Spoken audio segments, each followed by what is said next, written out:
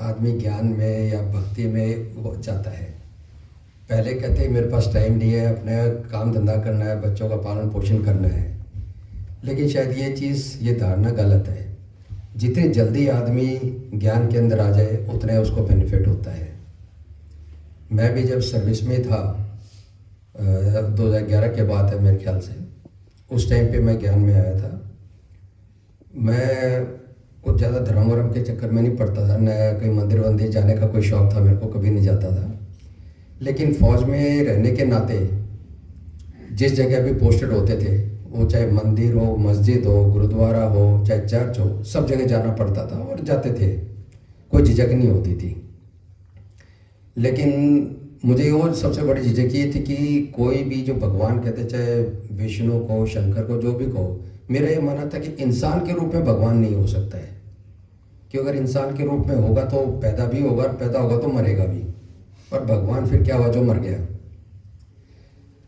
तो कुछ समय बाद मेरे दिमाग में ये चीज़ थोड़ी आई कि अगर कुछ शक्ति है, क्योंकि शक्ति तो जरूर है जो इस संसार को चला रही है। क्योंकि हम बहुत चीज़ें सोच के घर से निकलते, लेकिन जाते कहीं और है, मन में कहीं और जाने की होती है। तो सब कुछ हमारे हाथ में नहीं है। तो मुझे ये लगा कि कोई ना कोई ऐसी सुपरनेचुरल पावर है जो या तो एनर्जी के फॉर्म में है या लाइट के फॉर्म में है, जो इस संसार को चला रही है। वो चीज़ पता नहीं कहाँ से आई, पर वो मेरे दिमाग में बैठी हुई थी। 2011 की बात है, बार मैं छुट्टी आया हुआ था, सूरतगढ़ में पोस्टेड था मैं। तो शाम को ऐसे टीवी चैनल फ्लिक कर रहे थे, तो ये सुरेश ओबराय और शिवानी बहन का प्रोग्राम चला, जिसके अंदर वो राजयोग की बातें कर रहे थे। तो ऐसे दिमाग में विचार आया कि ये राजयोग क्या चीज़ होती है। बाकी योग तो सुने हैं, चाहे वो रामदेव का योग हो, चाहे और बहुत से सन्यासी उनके योग है, लेकिन राजयोग क्या चीज़ होती है। तो हमने कहा चलो देखते कि क्या चीज़ है। हमने पूछा, पता लगा कि भाई वहाँ पे सेंटर है। हम चले गए। वो 15 अगस्त का दिन था, वो हमारी भी आज़ादी हो गई उस दिन। तो अगले दिन से हमारा कोर्स शुरू हो गया। 5 दिन का कोर्स था, 5 अलग अलग बहनों भाइयों ने हमारा कोर्स करवाया। को खास समझ में नहीं आया, डाउट्स बहुत ज़्यादा थे, फौजी की वजह से डाउट बहुत ज़्यादा होते हैं। तो आ गए। उसके बाद मैं तो चला गया वापस, छुट्टी ख़त्म हो गई। तो लेकिन युगल थी, ये यहाँ थी तो ये कंटिन्यू करती रही।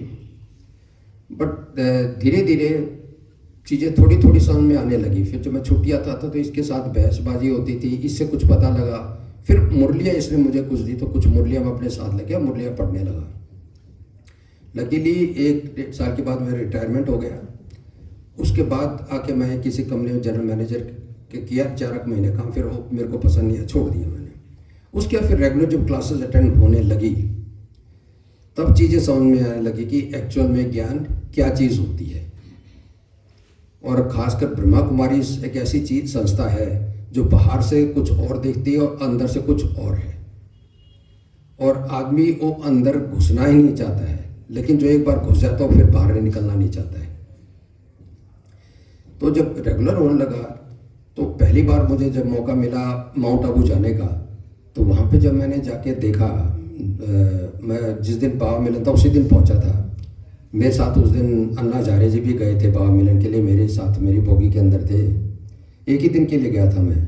लेकिन जब मैं वहाँ पहुँचा तो 25-30 हज़ार आदमी सफ़ेद ड्रेस के अंदर 6 बजे राजधानी पहुँचती है, वो अपना डायमंड हॉल की तरफ जा रहे थे। तो मुझे पहली बार ऐसा एहसास हुआ कि इतने लोग इतने ज़्यादा घूम रहे हैं और शांति इतनी कि सुई गिरे उसका ही पता लग जाए। तो इतनी शांति कैसे हो सकती है।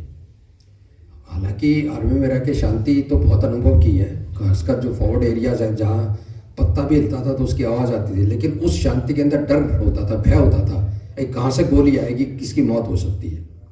लेकिन ये बहुत सुख देने वाली शांति थी जो मैंने शब्दों के अंदर उसका बयान नहीं किया जा सकता। और सिंस आप सारे के सारे बाबा के बच्चे, तो आप सब ने कभी ना कभी ये चीज़ अनुभव की होगी। तो वापस आके जब मुझे लगा कि इसका बेनिफिट बहुत है, हालांकि एक दिन रहा था, लेकिन उस एक दिन में काफ़ी चीज़ों का फ़र्क पड़ गया था। और ख़ासकर जब मैं ऊपर गया पांडव भवन में, ज्ञान सरोवर भी गया, लेकिन पांडव भवन में आई डोंट नो, मुझे ऐसा लगा कि शायद यहाँ मैं पहले भी कभी आया हूँ, लेकिन क्यों लगा मुझे नहीं पता। तो वापस आके फिर जैसे दीदी ने बताया, मैंने आर्मी ऑफिसर्स और उनके परिवार वालों के लिए प्रोग्राम ऑर्गेनाइज करवाया, क्योंकि मुझे ये लगा कि अगर मुझे इस चीज़ का इतना बेनिफिट हो रहा है तो जो मैं जिनको जानता हूँ उनको क्यों नहीं ये बेनिफिट पहुँचाया जाए। प्रोग्राम अच्छा, भावना दीदी आई, निशा दीदी ने भी कहते ही मान लिया, बड़ा अच्छा लगा।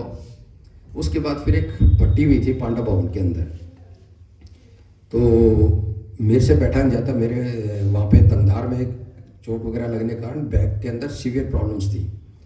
तो मैं बैठ भी नहीं सकता, 10 मिनट चौकड़ी मार के 5 मिनट भी बैठा जाता था। तो दीदी को भी थोड़ा ये था कि वहाँ जाके कोई फ़ायदा होगा या नहीं होगा। मेरे को भी ये संकल्प थे कि पता नहीं मैं इतनी देर बैठ पाऊँगा या नहीं बैठ पाऊँगा, लेकिन फिर भी दीदी ने कहा जाओ, तो मैं चला गया। वहाँ जाके मैं 2 बजे सुबह बाबा के रूम में चला जाता था और उसके बाद अमृत वेले के बाद ही 5 साढ़े 5 बजे वापस आता था। मुझे कभी महसूस नहीं हुआ कि मुझे बैठने में कोई दिक्कत हो रही है। ये चीज़ मुझे भी समझ में नहीं है आज तक कि ऐसा कैसे हुआ। वहाँ से आने के बाद फिर 1-2 बार ऐसे ही जाने का मौका मिला, 1-2 बार फिर प्रॉब्लम्स हुई। एक बार तो ऐसे हुआ कि बल्कि न बैठने में मुश्किल था, खड़ा होना में मुश्किल था। तो मैंने बाबा को कहा, माँ बाबा यहाँ आ तो गए, मेरे 5 दिन का फ़ायदा क्या होगा जो अगर मैं इस तरह न बैठ सकता, न लेट सकता, न कुछ। मैं दिल्ली वापस चला जाऊँ ना, तब बाबा चाहिए भले प्रॉब्लम आ जाए, अभी ठीक कर दो कह के, और अपना मुरली के लिए चले गए। मुरली गई, ब्रेकफास्ट किया, दिन निकला, आई रियलाइज कि मेरे को तो प्रॉब्लम ही नहीं है, बड़ा बढ़िया काम चला। वापस आए एंड सरप्राइजिंगली जिस दिन आए प्रॉब्लम शुरू हो गई। मैंने कहा ये कैसे हो गया। फिर मेरे को याद आया कि बाबा को यही तो बोला था कि यहाँ मेरे 5 दिन ठीक ठाक निकाल दो, दिल्ली जाके हो जाए, कोई दिक्कत नहीं है। तो सुनने में बड़ा अजीब लगता है, लेकिन ये रियलिटीज है जो मतलब कि मैंने महसूस की है, देखी है। वो कहते हैं ना बाबा, कहते जादूगर भी है, कभी कहते बाबा जादू नहीं करते, लेकिन बाबा एक्चुअल में जादू कर भी देता है, क्योंकि जो मैंने अनुभव किया है। उसके आपको एक और किस्सा सुनाता हूँ। मैंने